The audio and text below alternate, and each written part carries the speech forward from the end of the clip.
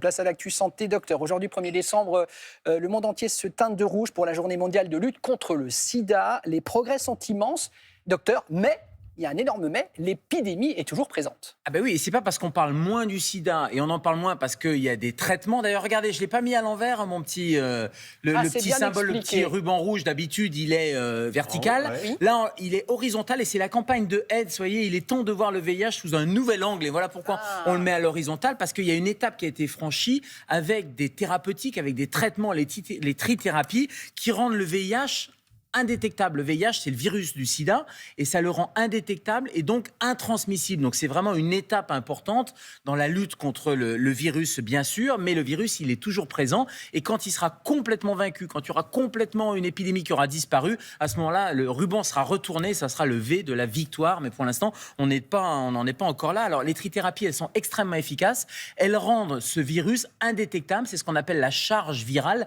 la quantité de virus dans le sang qui est indétectable et donc qui le rend impossible à transmettre.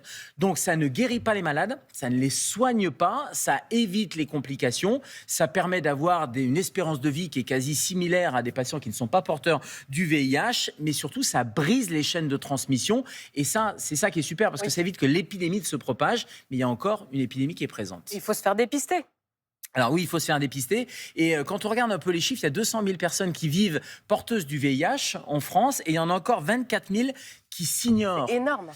Eh ben c'est énorme parce que si on s'ignore, si on ne se fait pas dépister, ça veut dire qu'on peut continuer à transmettre. Donc, non seulement à titre individuel, on ne bénéficie pas des trithérapies, des traitements, mais on peut continuer à transmettre. Et quand on regarde chez les plus jeunes, en particulier chez les 15-24 ans, le nombre de contaminations, plus 41% chez les 15-24 ans. Donc ça veut dire que cette génération qui n'a pas connu les années noires du sida, finalement, on a l'impression qu'il n'y a pas besoin de se protéger, il n'y a pas besoin de prendre le préservatif, il n'y a pas besoin de se dépister. Donc le mot-clé, c'est dépistez-vous, quel que soit l'âge, les jeunes, les moins jeunes, et on se dépiste dans les centres de dépistage anonymes et gratuits, c'est ce qu'on appelle des Cégides.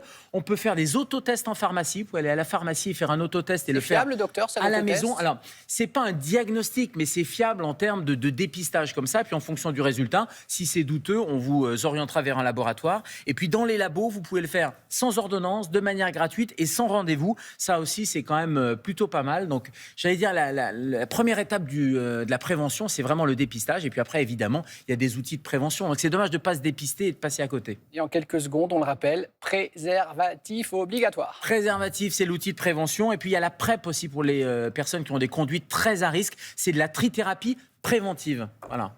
C'était très clair. Merci beaucoup, Portez docteur. le petit ruban. Merci, docteur. Pensez-y. Absolument.